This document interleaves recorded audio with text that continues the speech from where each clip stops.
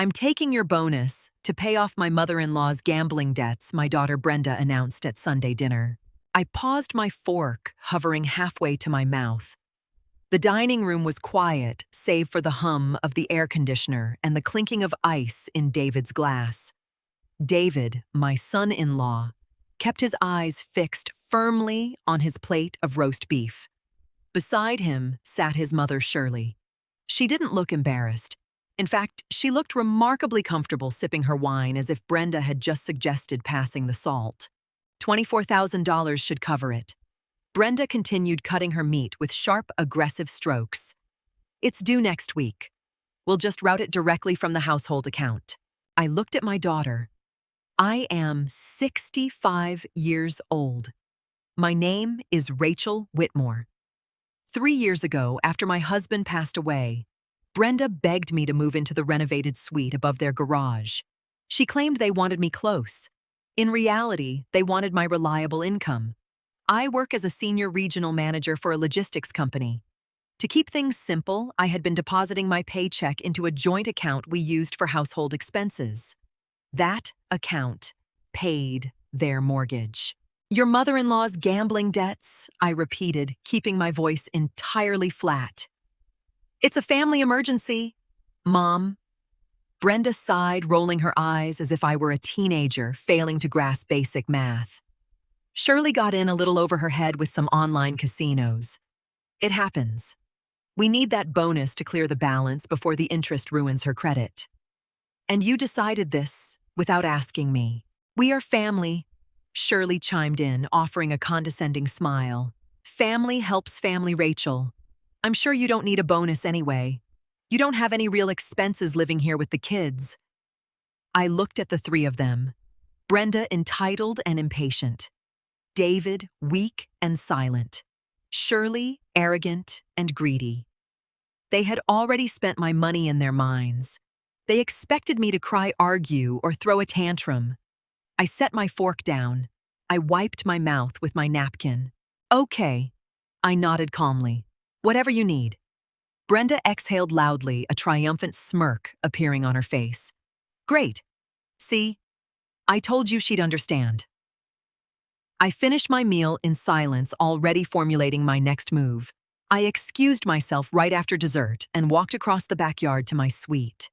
The evening air was cool, a sharp contrast to the suffocating atmosphere at that dining table. Once inside, I locked the door and sat at my small desk. I pulled out my laptop and logged into the joint banking portal. There it was, my hard-earned money. For 3 years, I had paid their $3,200 mortgage every single month. I covered the utilities. I paid for the groceries. I thought I was helping my daughter build a stable life. Instead, I had funded a lifestyle of absolute laziness, culminating in me being treated like a blank check for a woman I barely tolerated. My annual bonus was scheduled to direct deposit on Tuesday at midnight. Brenda knew the schedule better than I did. I opened a new browser tab and navigated to a completely different bank. In 15 minutes, I opened a high-yield checking and savings account under my name only. No joint access, no linked cards. Next, I logged into my company's employee portal. I updated my direct deposit information, routing my entire upcoming bonus and all future paychecks into the new account. Finally, I returned to the joint account dashboard. The automatic transfer for Brenda's mortgage was scheduled for Wednesday morning. My finger hovered over the trackpad. I didn't feel sad. I didn't feel angry. I felt an overwhelming sense of clarity. I clicked Cancel Scheduled Transfer. Then, just to be thorough, I transferred my entire existing salary balance, about $8,000, out of the joint account and into my new one, leaving exactly $14.50. Enough to keep the account open, but not enough to buy a decent lunch. I closed the laptop and walked over to my closet. I pulled down a medium-sized suitcase from the top shelf and left it open on the bed.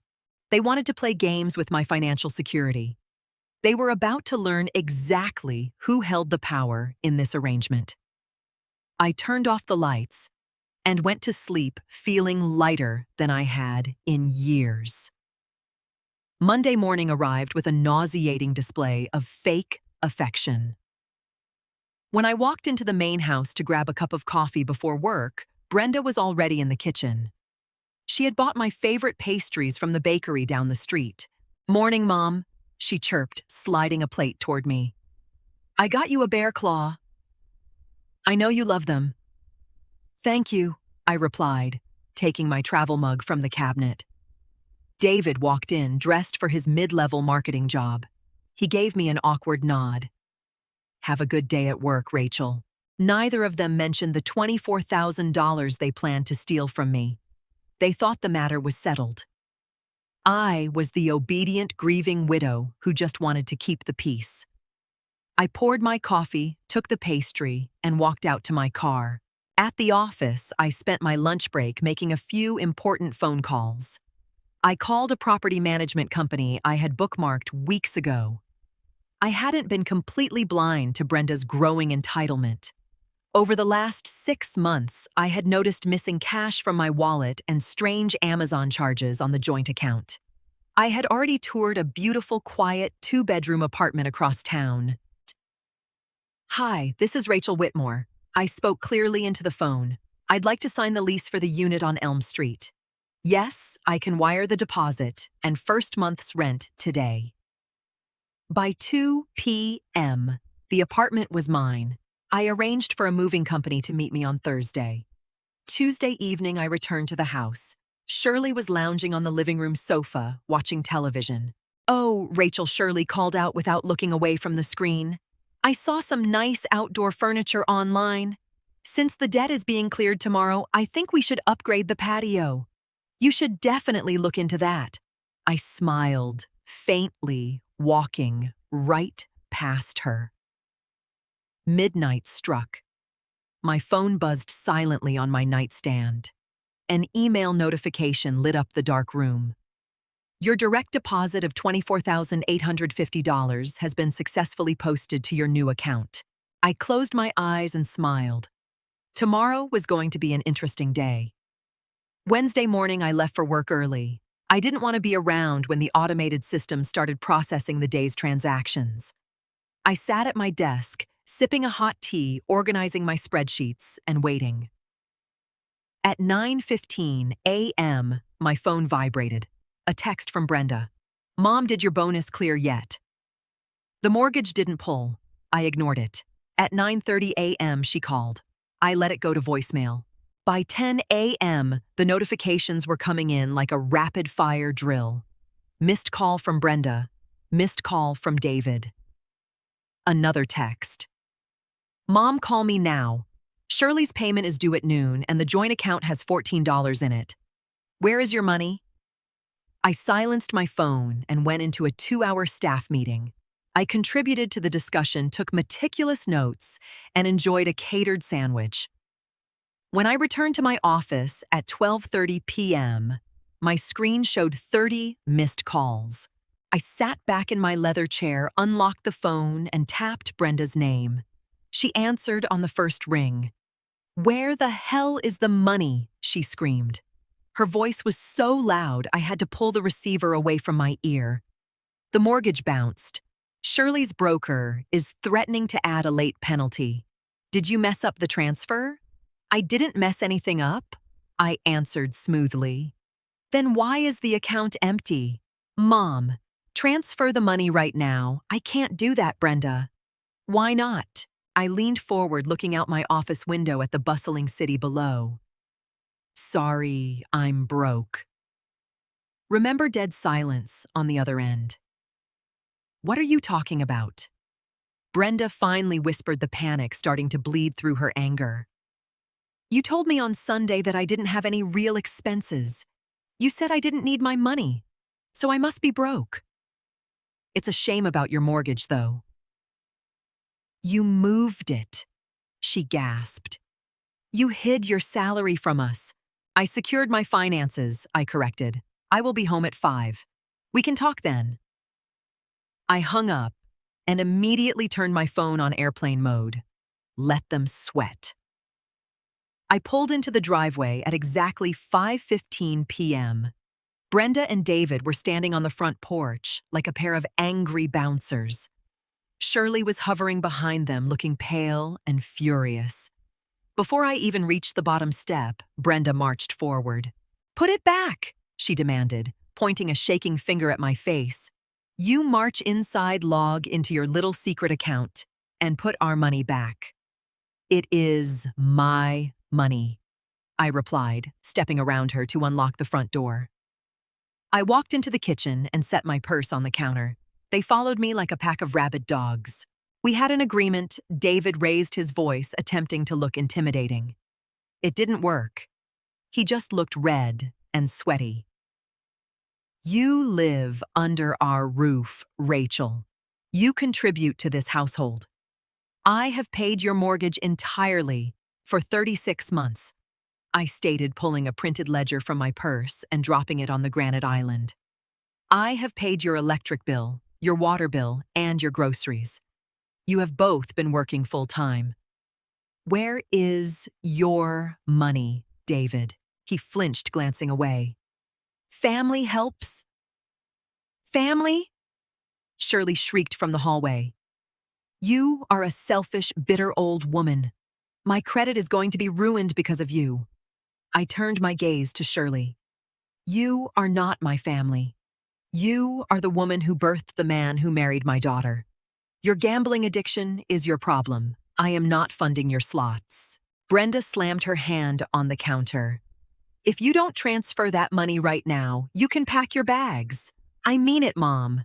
You will not live under my roof and disrespect my husband's family." I looked at Brenda. I saw the greed in her eyes, the complete lack of respect for the woman who had raised her alone after her father died. She genuinely believed I was trapped here. She thought the threat of homelessness would break me. I smiled. A genuine, relieved smile. "I was hoping you'd say that." Brenda blinked, her confident posture faltering. "What does that mean?" "It means I already packed my essentials," I answered, picking up my purse. "And it means my movers will be here tomorrow morning at 9. "Movers," David stammered. "Wait, Rachel. Let's not overreact." "I am not overreacting. I am acting," I clarified. I reached into my bag and pulled out the spare keys to their house and David's car. I dropped them onto the kitchen counter. They landed with a heavy, final clatter. I signed a lease for a new apartment on Monday. I paid the deposit with my bonus. "You can't do this," Brenda panicked, stepping in front of the hallway leading to the backyard. "You can't just leave. The mortgage is past due.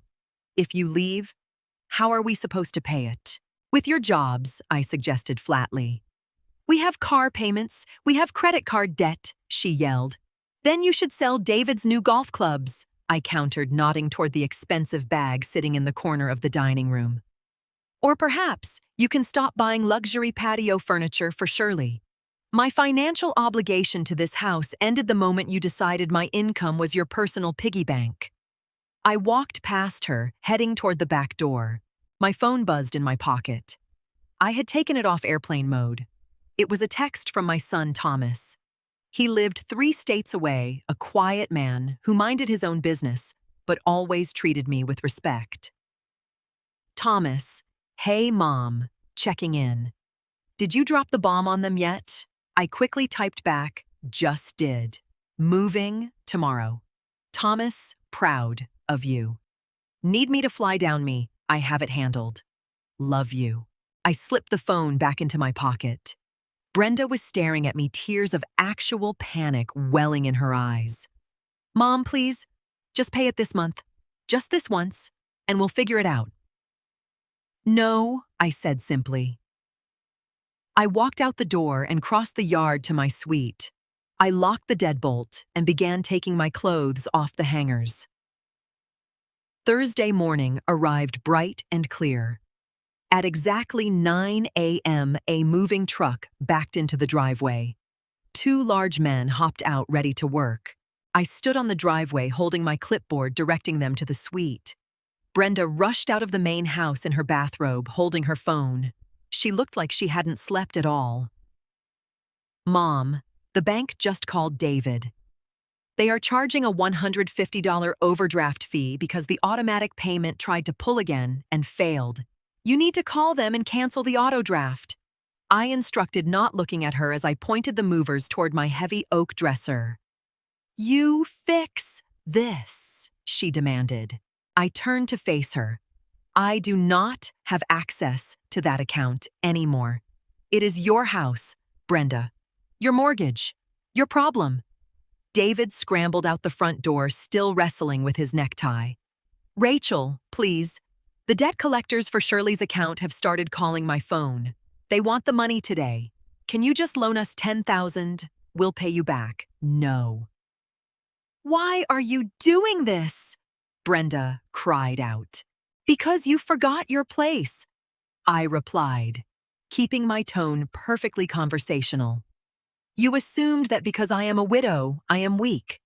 You assumed I would tolerate being robbed just to avoid an argument. You were wrong. I walked back into the suite and started wiping down the counters. I was not leaving a mess behind. I gathered my cleaning supplies, my bathroom towels, and the last of my books. David stood in the doorway of the suite watching the movers carry out my mattress. He looked defeated. We can't afford this house without you, Rachel. Then you should put it on the market, I advised. It's a seller's market right now. You might break even. I handed him the keys to the suite. He took them automatically, staring at his palm as if he had just been handed a live grenade. Just as the movers were loading the last box into the truck, a familiar sedan screeched up to the curb. Shirley threw her car door open and marched up the driveway. She was wearing oversized sunglasses and a scowl. What is going on here? She demanded, looking at the moving truck, then at Brenda, and finally at me. Brenda called me, crying. Rachel, you are ruining everything. I closed the back of my SUV key and locked it. I walked calmly toward Shirley. She stood her ground, trying to look imposing.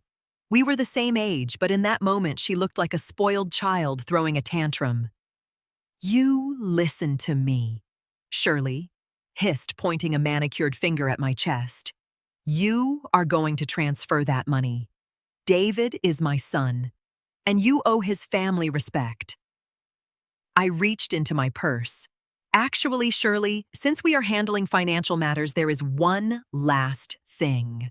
I pulled out my phone, opened my banking app, and navigated to the shared credit card I had authorized for her grocery emergencies 2 years ago. I tapped her name. I tapped Remove Authorized User.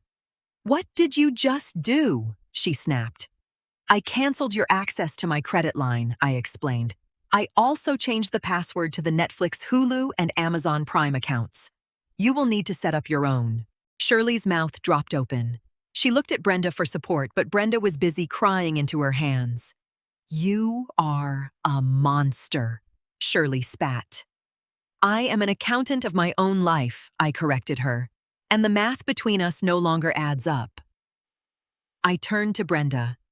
I love you, but I will not be used by you. When you are ready to have a relationship that doesn't involve my wallet, you have my number. I didn't wait for a response. I got into my car, started the engine, and drove away without looking in the rearview mirror. My new apartment was on the 4th floor, overlooking a small park lined with oak trees. The movers finished bringing everything up by noon. Once they left, I stood in the center of the living room. It was utterly, beautifully quiet. No heavy footsteps from the house above. No passive-aggressive comments from Brenda. No surprise visits from Shirley demanding I pay for her mistakes. I spent the weekend unpacking, organizing my kitchen exactly the way I wanted it, and reading a book on my small balcony. My phone, however, told a different story. Over the next few days, Brenda sent dozens of messages. The stages of grief played out in my text threads. Friday. You abandoned your own daughter for a few $1,000s. I hope you're happy. Saturday. David is furious. He says you ruined our marriage. Sunday, Mom, please. Shirley's creditors are threatening to sue David. We have no savings. Monday. I had to put my car up for sale. Are you satisfied? I did not reply to a single one. I didn't block her. I wanted a record of her behavior, but I put her notifications on silent. I controlled the communication. On Tuesday evening, I finally responded with one sentence. You have 2 incomes and a house. Manage your own life. She didn't text back after that. The silence stretched out, becoming a permanent comforting blanket over my new routine. I went to work. I enjoyed my evenings. I slept deeply for the first time in 3 years. I didn't need to check my bank account in a panic, wondering what mystery charge had appeared overnight. I held all the keys to my own life. 3 months later, the air had turned crisp with the arrival of autumn. I was in my kitchen pulling a roasted chicken out of the oven. The doorbell rang and I smiled. I opened the door to find my son Thomas holding a bottle of wine and a bouquet of sunflowers. Hey, Mom. He grinned, stepping inside to hug me. Place looks amazing. Thank you, sweetie. Dinner is almost ready. We sat at my small dining table pouring wine and sharing stories. Thomas had flown in for a business conference and extended his trip just to see me. Midway through the meal, he set his fork down. So he started carefully. I talked to Brenda yesterday. I took a sip of my wine. Oh, how is she? Stressed Thomas chuckled softly.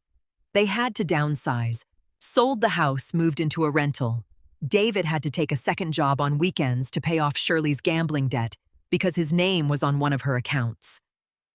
Brenda is furious at him. I nodded slowly. Actions have consequences. She asked if I knew your address. She wanted to come see you. I looked at the sunflowers on the table. I thought about the peace I had built. What did you tell her? I told her she could mail a letter to my house and I'd pass it along to you. Thomas smiled, raising his glass. I told her your boundaries are solid. They are, I agreed, clinking my glass against his. I am 65 years old. I am not a victim. I am not an ATM. I am a mother who loves her children enough to let them fall when they choose to jump. I finished my wine, feeling the warmth of the evening, surrounded only by the things and the people I actually wanted in my life. The check cleared, the debt wasn't mine. And for the first time in a long time, my ledger was perfectly balanced.